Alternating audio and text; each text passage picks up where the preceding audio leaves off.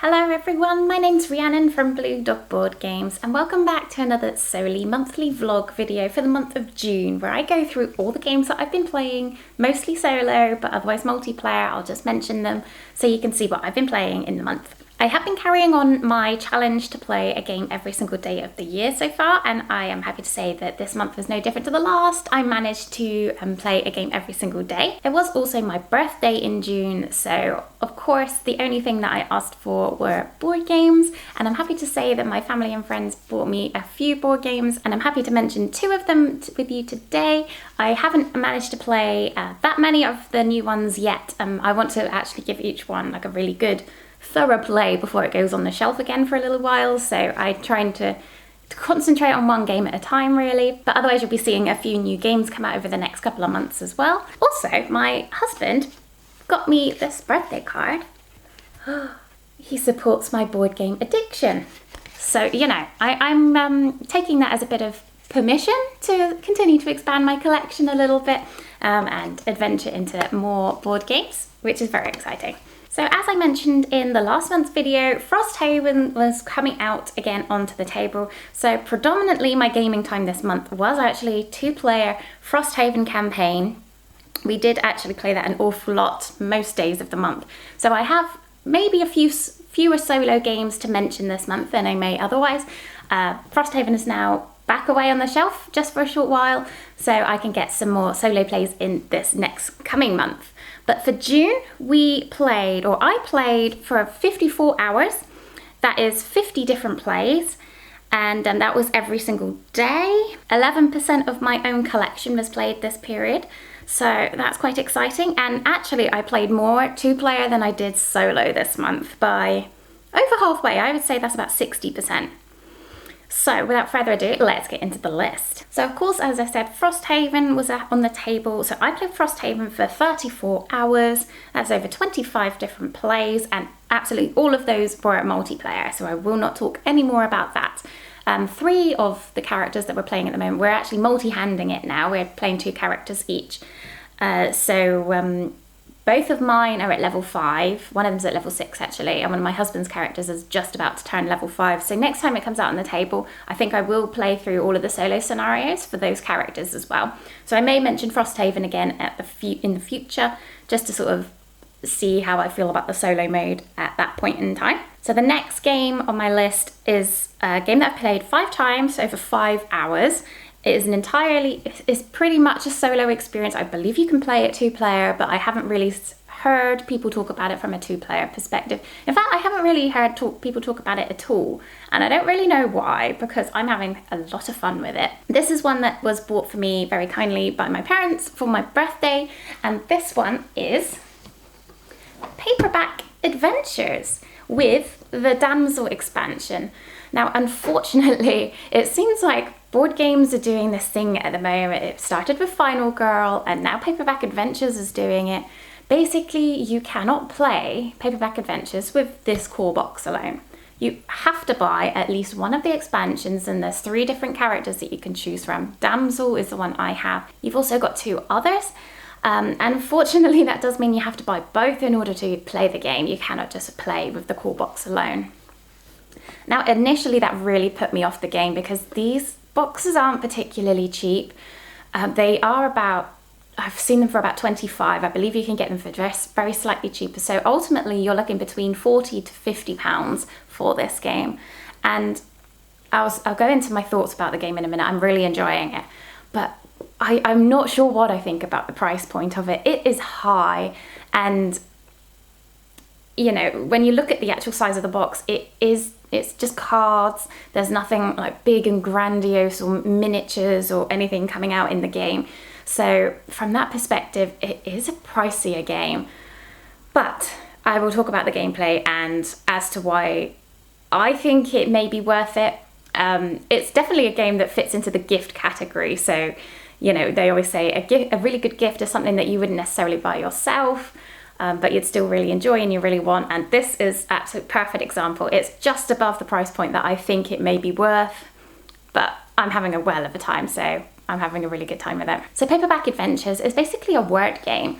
So you are going against lackeys and bosses across 3 separate books where they have a certain number health, and you are playing words with like symbols down the side of the cards, so you can attack them with certain symbols. You have special powers that are on your forefront card because you lay them all out in a certain sequence.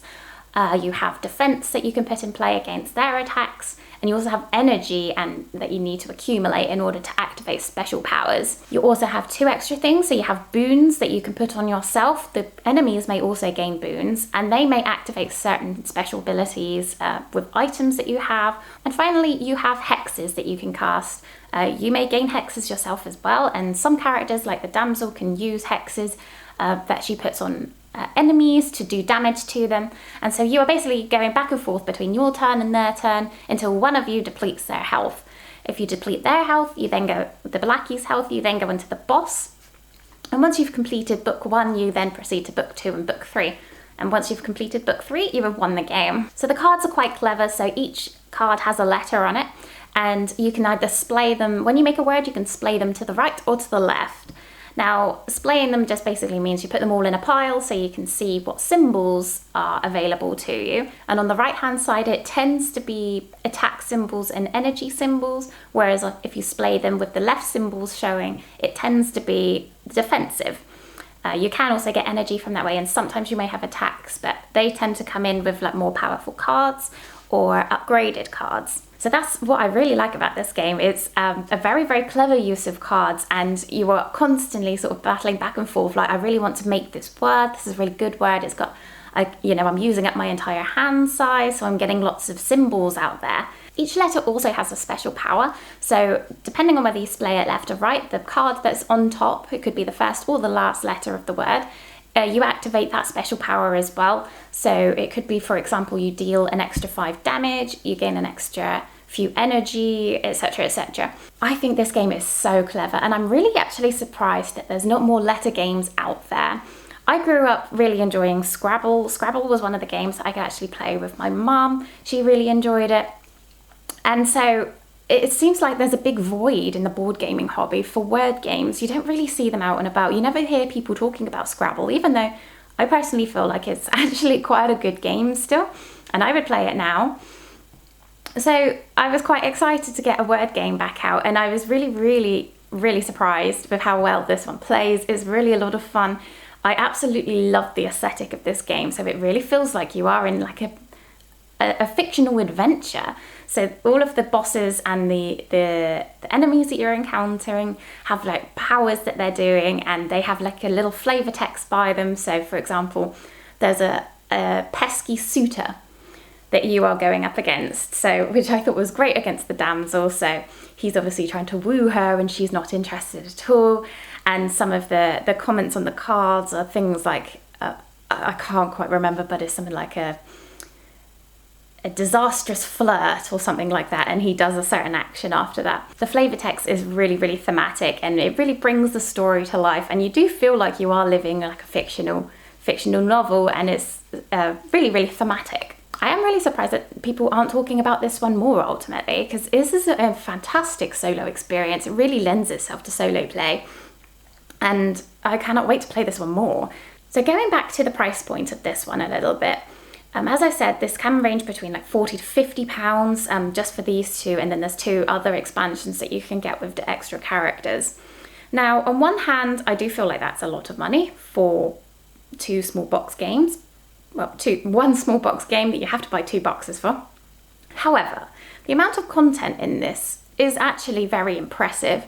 So in the core box plus this one, you must have, I think, 3 or 4 different like enemies to encounter for book 1, plus 3 or 4 bosses to encounter for book 1. Then you've got the same for book 2 and the same for book 3. You have only got the damsel to play, however, but once you have defeated certain enemies, there are secret envelopes that you can like then open, and then that expands the game just a little bit more and varies the setup with the damsel. So in terms of replayability, I actually think that this game is pretty good. I've played it 5 times so far, as I said, and I haven't really felt yet any repetitive nature at all. I'm enjoying seeing all of the different bosses that you go against, because they all play quite differently, And you're allowed to like look at their special abilities and their powers as you go through. And I found that you really do need to pay attention to what their strengths are, because some of them, for example, really rely heavily on hexes. If you are getting hexed left, right, and center, there is one boss, I believe, that for every hex on you, you actually draw one less card per turn. So I ended up at the end of the game, luckily I think I managed to squeak a victory, but I think I ended up drawing like 2 letters at the end of the game, and so I was only doing maybe like 1 or 2 attack, but through another item card I had, I was able to defeat him. But you really do need to pay attention to what's going on, because they play very uniquely, and so they feels like a very different game every single time. So that is Paperback Adventures. I would really highly recommend this game if you are happy to sort of pay that price point and are looking for a really good solo mode. As I said, this can be played 2-player, but from what I could see from the rules, it is very much like a you play one turn and then the person you're playing with plays the other turn. There is another way that you can play multiplayer, but it does require all 3 character boxes, and so that pushes the price point of the game up even higher, which then becomes quite a lot of money if it's not already. I don't know if I would want more characters at the moment. I do really enjoy this game, but I actually think there's quite a lot of variability in this one, and I'm enjoying getting to know the damsel and her strengths a bit more in depth.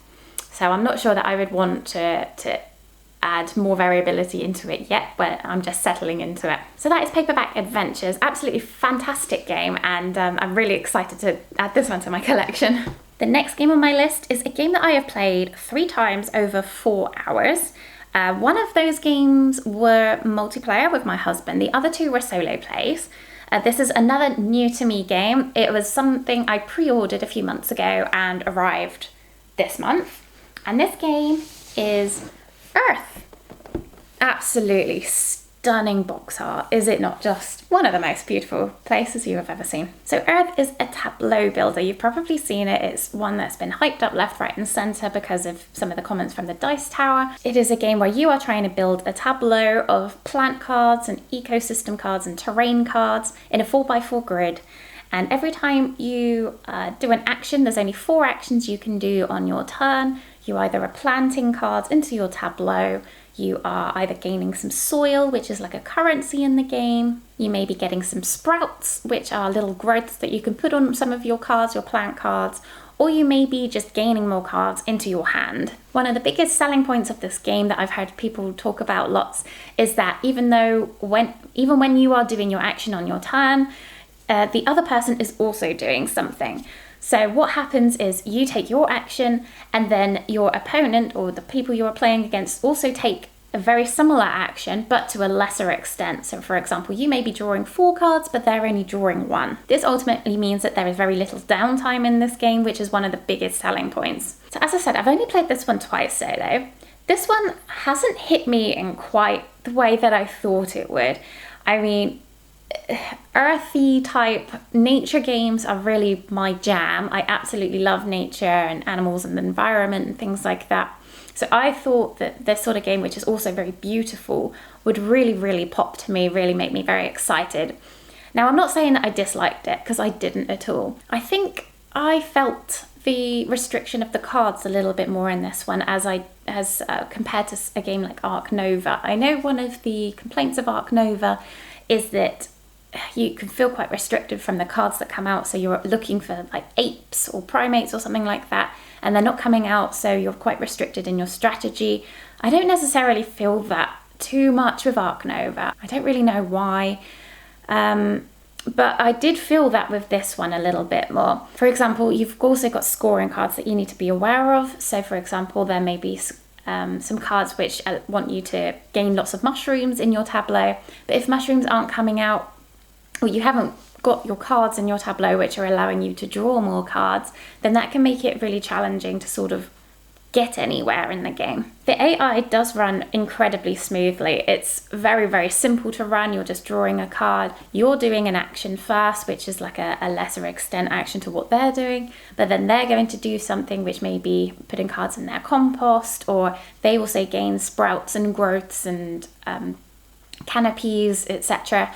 The only thing that I will say about the AI is that it does, I was getting a little bit mixed up along the way. So for example, they may gain soil, or I may gain soil because I'm taking action as well.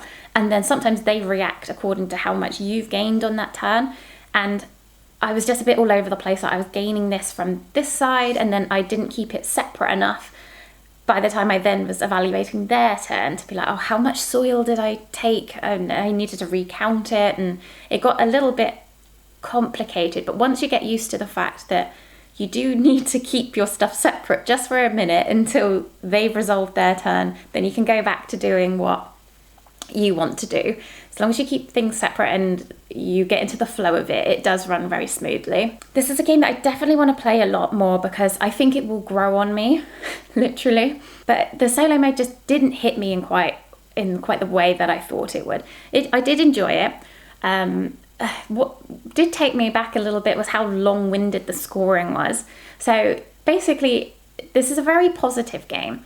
You are scoring points for basically everything you do, and it's very simple in the scoring, and that everything is roughly 1 point. So I believe your growths are 1 point at the end of the game. Your terrain cards or your plant cards or whatever victory points are on there. You've got your canopies, etc., which are also worth 1 point at the end of the game. So everything is like 1 point. Everything in your compost is worth 1 point. So it's just 1 point, 1 point, 1 point, 1 point everywhere, which is nice, makes it very simple.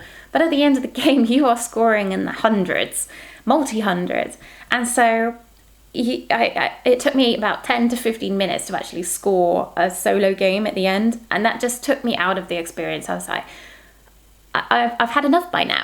I don't want to spend another 10 minutes scoring. I think maybe there could have been like a scoring tracker somewhere so you can just do it in the game instead of trying to do it all at the end, because it took a long time. And then the AI scoring as well is very similar to yours. They are scoring everything in their compost, and they've got growths, etc., and sprouts all on their player mat as well. So not only are you counting up singular points all across your mats, they're doing exactly the same on theirs. There is like a small implementation that they could make, for example, especially with the AI. I think the sprouts are in groups of 7, which I thought was an odd number. If they adjusted the mat a little bit to do it in groups of 10, at least you could sort of read it down very easily. If they put numbers by the side being like, oh yeah, I can see they've got 52 sprouts or something like that. It did take me out of the experience a little bit. It was very, very long-winded. Obviously not any difficult maths you need to do, but there were so many things you were trying to score that it just took another 10-15 minutes. So I will stop talking about Earth now. It is one that as I said, I really want to play more because I think it will grow on me. It just didn't sort of hit the spot the way I thought it was going to. I will just quickly mention the 2-player version as well. I really did enjoy the 2-player version. My husband really enjoyed it too. It was very much a multiplayer solitaire game. It obviously has the aspect where you are doing actions all the time. So when you're doing the main action, the opponent is doing a lesser form of the main action and vice versa, which is really good because you're not waiting around for them to complete their turn. But it just lends itself to a very silent game. And there's quite a lot that you're trying to do. The first few turns, you're not really doing a lot. You don't have a lot in your tableau. But once you are getting towards the end of the game, you are every time you are taking an action, you are activating everything in your tableau of a certain color and also on your player board area. So it can be like a few minutes where you'll say, okay, I'm activating my green abilities. So you're reading them left to right and you're taking soil and, do I want to do that action, doing this and collecting cards and composting here. We were both very, very absorbed in our own little table space.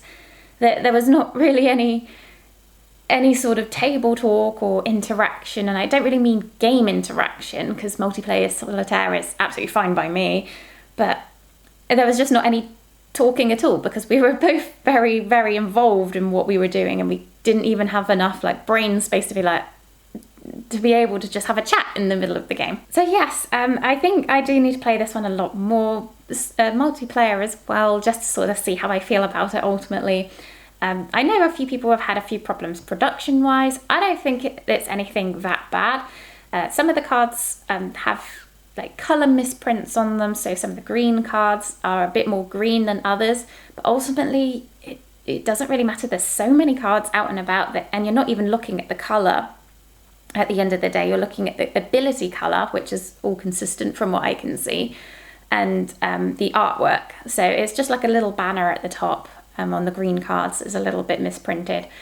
They've moaned about the card quality. They are quite thin, but I think that the price of the game would go up quite a bit more with the amount of cards that are in the box if you increase their thickness. And some of the wooden pieces don't fit together entirely seamlessly. I haven't found it too much of a problem. There may be like 1 or 2 duff ones in there, but you don't need to use them all in the game anyway. And also other games with wooden components that stack, much like Takenoko, for example, also has that same problem, and I've never really seen many people moan about that either. So I think this is a pretty good production. It's not brilliant. It's not ever going to be brilliant for the price point that it's at, because I think it's quite reasonably priced, so, you know.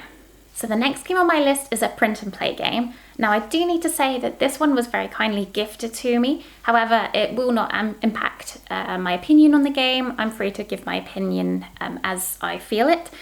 This is one that I played for 49 minutes, and that was 3 consecutive plays. And this one is called Bleak Moor, Smugglers and Wreckers. So this is a game where you are recruiting some bad people, criminals, to help you out in your mission to satisfy demands of ultimately pirates. So the pirates are sort of issuing you demands of ship cargo that's going by, and you are then going to try and crash these ships and then loot the cargo on these ships to satisfy these demands. You can recruit various people to help you. So there's, for example, one person that has a very good lookout ability. There's one person that can help you swim out to wrecks to recruit loot that may be stuck on rocks. There's another one that, for example, can lockpick. So if something's locked behind a safe door, they can lockpick that loot. And so you are choosing who to recruit, who to send out to look out for the ship and attempt to do the sabotage. You're then drawing cards once you have crashed that ship, if you succeed, to see what loot you find on that ship. When you're revealing cards, you may reveal redcoats who are going to try and hang you because of your pirate ways. And so other people have abilities to that maybe allow you to ignore those ones, or anticipate that and allow you to escape with the loot before you get hanged. So I received this one and I wasn't really sure what to expect. I was able to choose from their selection of games, and this one appealed theme-wise to me a little bit more than the others did. I didn't anticipate this one to be quite so lightweight as it was. I did look at it on Board Game Geek, and maybe I should have realised, because it is, weighted on there as a 1.1 or 1.2 or something like that. But my initial impressions were that it was very rules light and wasn't much substance to it. Now, playing that though, that did change my opinion a little bit.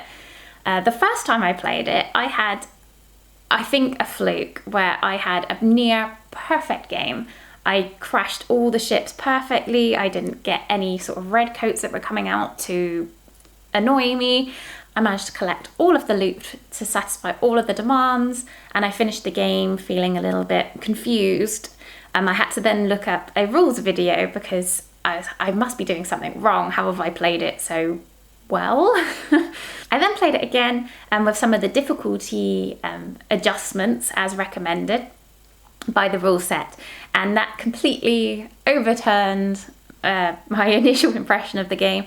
I managed to satisfy none of the demands, and my pirate buddy got captured and hung, and she was the one that was really, really good at seeking out these ships, and so it was a downhill spiral from there. So initially when I read through the rules, there are, as I said, there are a few pirates that you can recruit to help you. I didn't quite understand why you wouldn't always go for the same couple of characters to help you. You can choose who you recruit, and there's one of them, I believe she's called Hope, that has a really good sight value, which ultimately means that she's able to go to the point where you look for these ships. You draw cards then, and if your sight value is higher than the ship, you manage to crash it and entice it in with the lighthouse. I didn't quite understand why you wouldn't always recruit her first, because you're I think, always going to be able to crash the ship. And so that's been my strategy from the off. And it has seemed to have worked until, as I said, I managed to tweak the difficulty settings and then hope my buddy was like killed on the first turn and then went downhill from there. So that is one thing I will say about this one. I think it does sort of carve out a particular pathway that most people will fall into once they've played the game a couple of times. But thematically, this game is actually really quite fun. It's a very unique print and play. I love the theme of it. It's a very, very lifelike, and you do feel like you are trying to like entice these ships in and take all of their loot and get home safely. There's even a mechanism where you draw a card, and that might mean that whoever you've left back at your base like runs off with some loot. There were a few rule questions that I had. It wasn't entirely clear in the rule set about certain things because it's sort of written as like a narrative experience and like a descriptive experience. So some of the rules are a bit convoluted. And there are a few things now that I'm still not entirely clear about. For example, it looks as if you can take all of your crew members with you when you go looting. And that increases your like carrying capacity for the loot that you can then take back to the base. So I don't really understand why you wouldn't always take everyone. There's no seeming consequence to not taking everyone. I'm not entirely sure. I honestly think that this game, with a couple of rule tweaks or a couple of home rules, could really be a very, very fun experience. And I'm not saying it's not a fun experience from the off, because it was. I did very much enjoy my plays. I'm just not sure how much depth there is to keep me coming back for more. One thing I will say is, though, that I believe you can get a hard copy of this game. But the rule set is not included in the hard copy. Now, I will just say that would, even if I was interested in buying a hard copy of this game, the fact that the rule set is not included would automatically put me off buying this.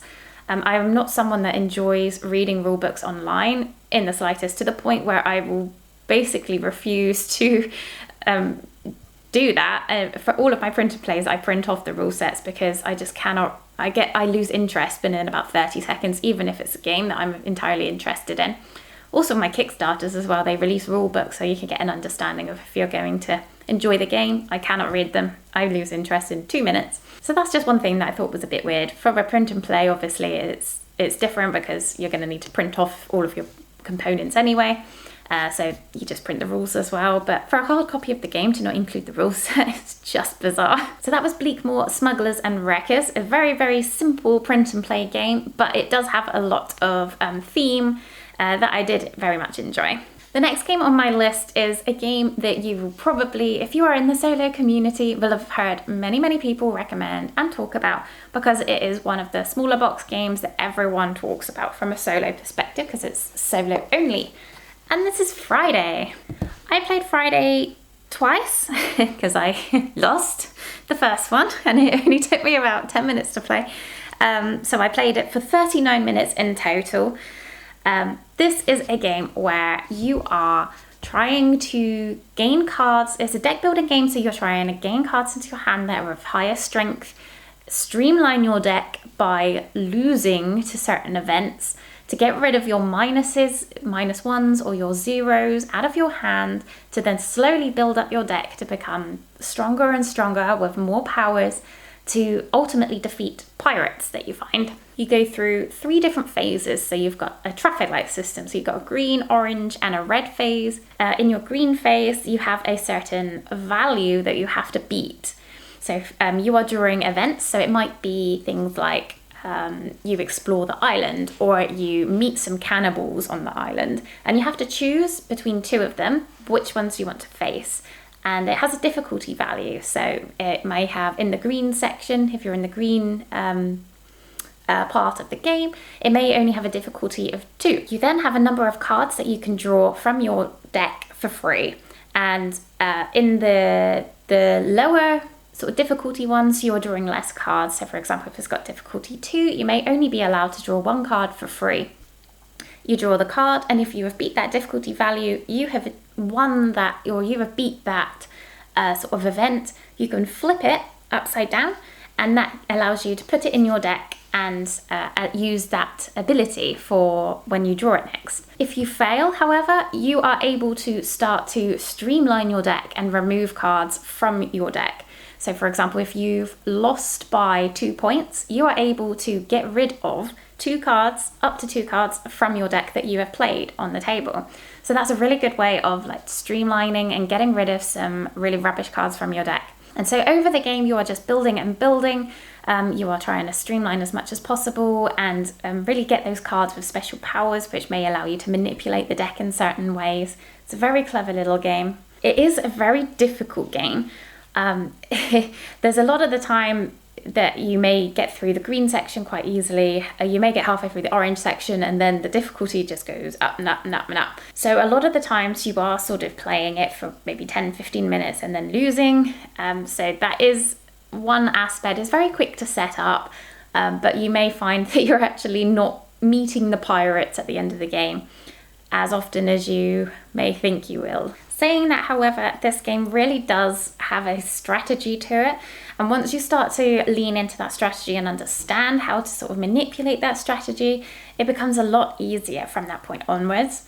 Now, I will say that I have got a reasonable idea of how to play this game, so I do find that I managed to get so far in the game. I can usually get to the red part of the game, if not to the pirates, but that's not necessarily mean that I will then go on to win and beat those pirates. So I will say for some people, it may be a game that they will keep in their collection for a few months or a few weeks until they sort of learn the strategy and the detail of how they can like win the game. And then I can imagine for some people that it would become too easy and they know the secrets of it and then they'll just move it on from their collection. But this is one that you can pick up for a very reasonable price secondhand. I'm not sure about the brand new market. I'm not sure if it's in print or not, but secondhand you can find it quite easily for a very good price. And I would recommend it as a solo game. It's such a fun experience to really learn the niches and the strategy of this game. I really do not like the artwork of this game at all. I think it's very ugly. It's also got some very strange like concepts to it, as in you've got like aging cards and negative cards in your hands. So for example, you may be drawing a card with weak on it, and then you've got this like silly looking Friday figure and he's looking a bit dumb, and that's a value 0. And then you've got another one which is like he's feeling stupid and then he's got a -2 on it or something like that. It's just a little bit weird, and it's not very aesthetically pleasing, but it's a really good fun solo experience. It is solo only, this one. Now the next game on my list is another gift for my birthday. I have played this one in June for 1.5 hours and I played it once. However, there was a two-handed game where I was learning it, and I will speak about it in this month because since then, over the last few days, I have played it solo, even though it's not solo out the box. And so I do have quite a good feel for the game now, and I do have a reasonable amount to say on it. So I will say it in this month's vlog, even though it will probably fit better in July's vlog, but I'm anticipating that one to be quite a long video. So we'll talk about it now. This game is an oldie but a goodie, Grand Austria Hotel. Now this is one that the box covers of these games sometimes, it is just not nice to look at, but this game is just so good. It's so much fun and I don't even know why. So this is a game where you are enticing guests to come into your hotel to dine with you. You are serving them coffee, wine, strudel and cake before sending them up to their room, which you have prepared for them, and basically gaining benefits. So you may be pushing up the emperor track because you are also trying in this game to sort of impress the emperor and keep him on your sweet side. You may be hiring assistants to help you along the way, which may have one-time special powers or end-game scoring effects. Or you may just be given money, which then can be used to like empower your actions even further, or serve guests straight from your kitchen, etc, etc. So this is not a game that you can play solo just out of the box as it is. I believe the solo mode has been re-implemented into the Let's Waltz expansion. I'm not 100% sure to what extent it's been put into that expansion because I just have the base game. However, I have just downloaded the solo rules and the cards from the Automa website, and I will link that one down below. There were a few rule queries I had because a couple of the things just weren't clear and I wasn't sure when the AI would be scoring. But I emailed the producer of the solo mode, and they very kindly got back to me like the next day, clearing up my questions. So I have to say that the solo mode is such a streamlined and fast experience. It is so fun, and it's got such little upkeep. But it's actually working very, very similarly to a normal human player. And so I think that it's one of the better solo modes that I have played. Once again, I'm blown away by this person's ability to make solo modes, and I believe the one that's in the Let's Waltz expansion has actually been adapted from this variant, if not like almost identically put into that expansion, because it's just so good. So what I really like about this game is the dice mechanism. So you're rolling dice on your turn. In a solo game, you're rolling 10 die, and each of the die values has a certain action associated with it. So for example, on die values of 1 and 2, you can be drawing goods, so your cake, your strudel, your wine and your coffee to put in your kitchen or serve to your guests. On a 3, you can be preparing new rooms in your hotel, and you have various floors that you can put them on. When rooms on the higher floors are worth more points at the end of the game if occupied. If you've got a value 4, you can be pushing up the Emperor track or gaining more money. Gaining assistance with values of 5, and 6 is like a wild action, so you can pay 1 money to do any of the other actions if the dice are not available. So the strength of the action is actually determined by how many die are on that space. So for example, if there's 4 die on space 1 and you draft the 1, you are getting 1 with a strength of 4. You can increase that with your money as well, and I think that is such a cool mechanic because you never know what you're going to get on your turn. You have to really sort of think about the odds of drawing a certain thing, or if there's something else you can do if that doesn't come out for you that turn. There's a very clever mechanism as well where you are able to pass on your turn, which ultimately means everyone else at the table gets to resolve all of their actions, and then you can re-roll when it comes back to your turn, but you do have to remove one of the die from the game all that turn. So this one plays really, really smoothly. As I said, the AI has such little upkeep. They are taking guests from you from the display. They are then putting them directly into their rooms. They are scoring points for them. They are getting the objective cards. There's always 3 objective cards on the board, public knowledge, and they are battling with you for those high points, and it runs so good. I'm really enjoying this one so far. I think it's a fabulous solo game. It did take a bit of faffing to try and get the solo cards made, because I'm really not very good at preparing print and plays, but they had some of the cards orientated portrait and then a couple also on the same page orientated horizontal, and I could not for the life of me figure out how to print them back to back. So I ended up doing it all single-sided, cutting them all out and then laminating them by sticking the front and backs together.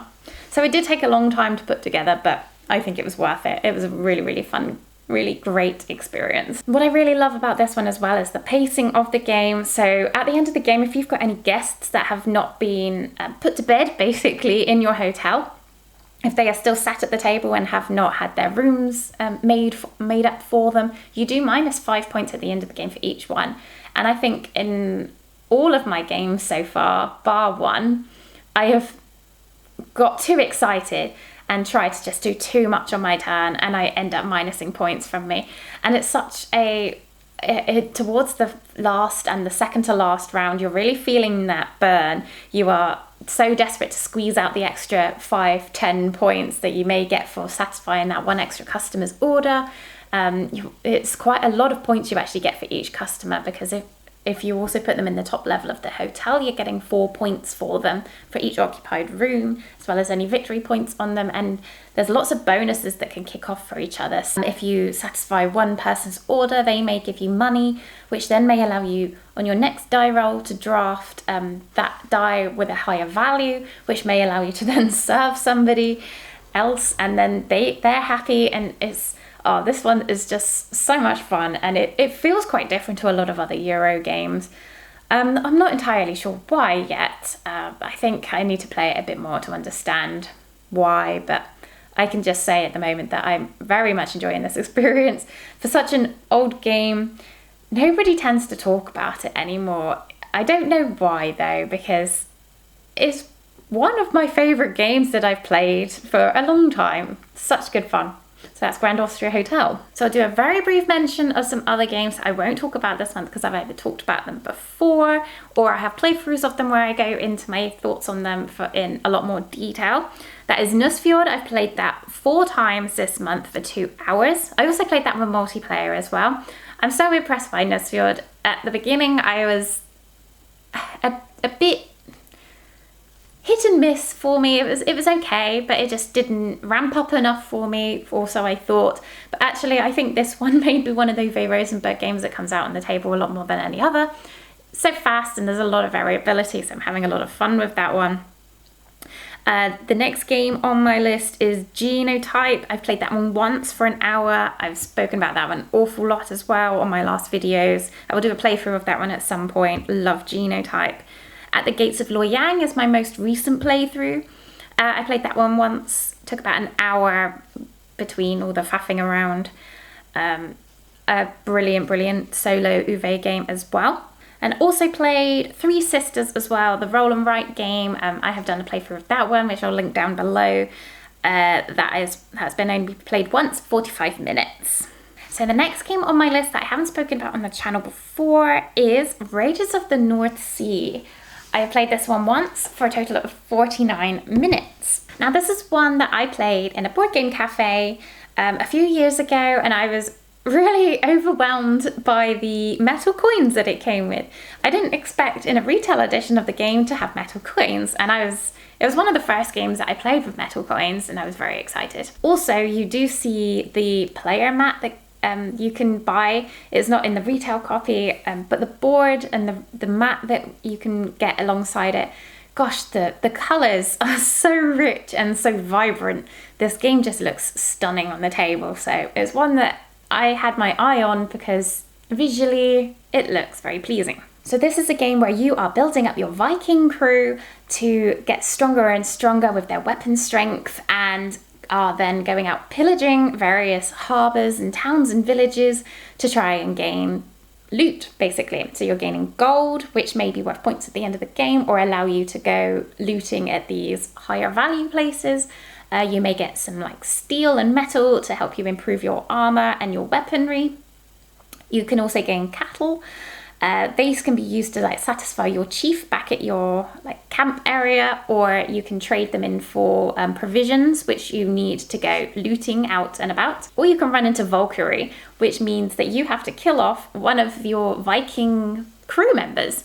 But as a bonus, you get to push up the Valkyrie track, which gives you quite a lot of points at the end of the game the further up you go. This one has a really interesting mechanism where you are placing a worker on your turn, doing the action wherever you've placed it, but also you are then picking up a different worker in another spot and taking that action. So you are always doing 2 actions on your turn, and you are very restricted as to where your meeples are at that moment in time for the actions that you do. I don't know of a single other game that does this. It's really cool. The solo mode of this one does not come in the box. I believe you can get a deck of cards for this. I haven't been able to locate one. I think they only did a very small print run of them, and thus they are quite expensive and difficult to get hold of. I have the app for this one. I believe it's a few pounds to buy, but it is really worthwhile. It's a really fun solo experience. On the AI's turn, what you are doing is clicking a button and they are then drawing a card. This will show you where they are blocking for the turn, basically. So they're always trying to raid in the first instance, but then they have a certain provision value that they need to meet in order to do the raiding, as well as a weapon value. So if they don't meet that, they are doing something else, which may be like gaining resources, gaining the provisions, pushing up the armor track, etc., etc.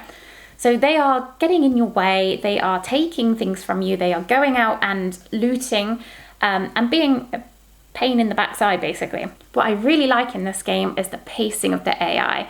So the AI do not let up at all, and you cannot sit back and just sort of leisurely collect your provisions and build up your money to recruit some really high value crew members and just you know, dither around a little bit. They are, from the off, building up their resources really quickly and going out and looting some of those high value places quite early on. So the end of the game is triggered much like a multiplayer game. I believe it's like 3 of the 4 fortresses at the very top of the board are depleted of resources, so have been raided.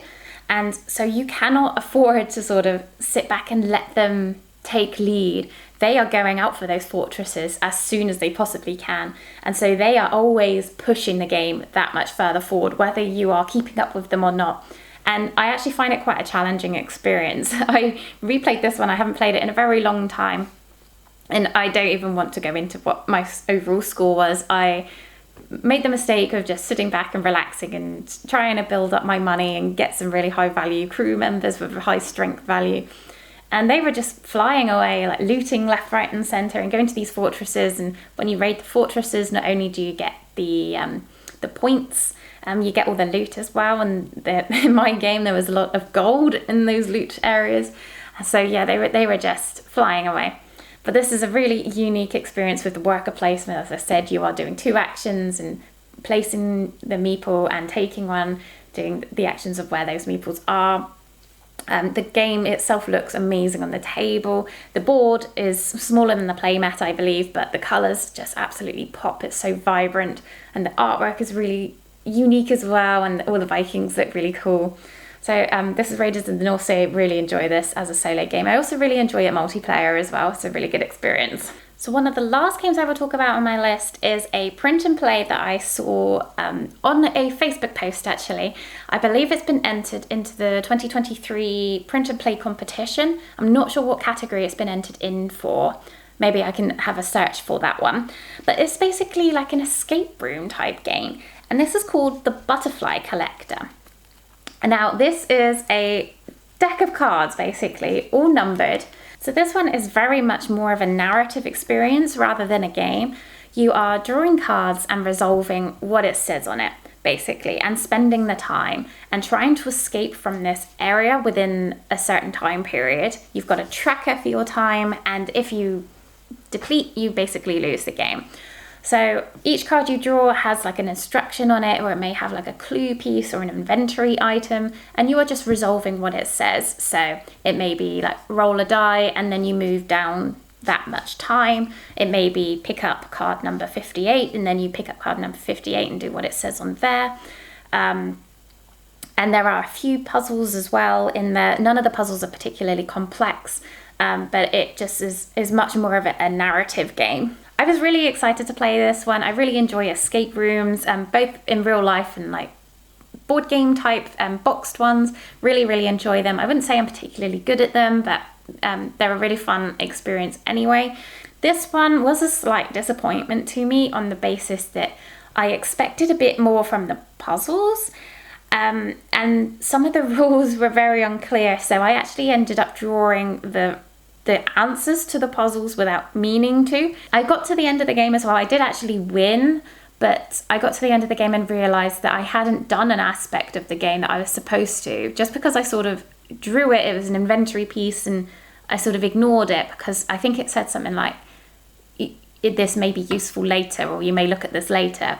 And so I just put it aside being like, okay, it'll prompt me again when I need to look at that, or something will twig in my mind and we'll look at it at that point. But I got to the end of the game and looked back at my inventory and I was like, oh, I completely missed that aspect of the game, and there was just one small puzzle, but it didn't quite flow the way I wanted it to.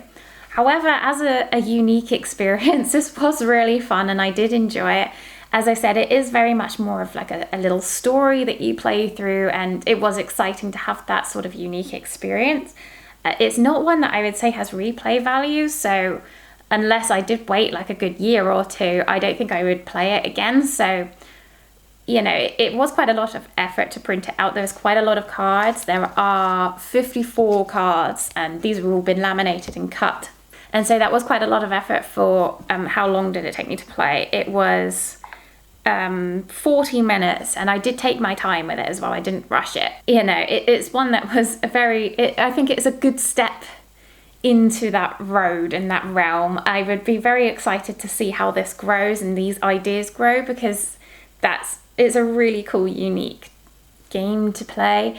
I'm just not sure that this has the complexity and the story richness and puzzle difficulty that I would want. I think, much prefer to play like an exit escape room game. I did have a very good time with it though. It was just one that I expected a bit more like head scratching from, and it was just a bit more of a lazy Sunday afternoon session. It was a little bit creepy, so I wouldn't say it's like a, you know, cozy little game that you can sort of curl up in the corner with. It does have like the creepy vibes to it because it's like a, you know, an escape room type experience, but it was good. I was excited to see where this sort of genre could go. So that is it for all the games that I've played solo. I did play For Northwood, the solo trick-taking game, again this month. Just once, took me 27 minutes, and I did really poorly. So I won't go into that too much more, but I did speak about that one in another video. Really enjoying that one. But otherwise, as I said, Frosthaven was one that I played for a lot of hours, multiplayer. I've also played Root as well, once 2-player. On my birthday, I had a games day and we just played back-to-back games, and Root was one of them that we played together. We tried out a couple of new factions.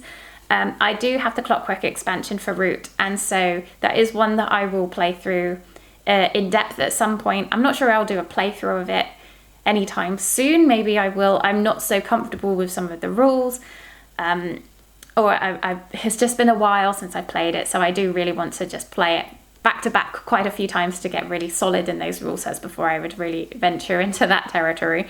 But Root is an absolutely amazing game. It is one of my most surprising games of all time. It's a war game, but with cute woodland animals. Fantastic. Love it.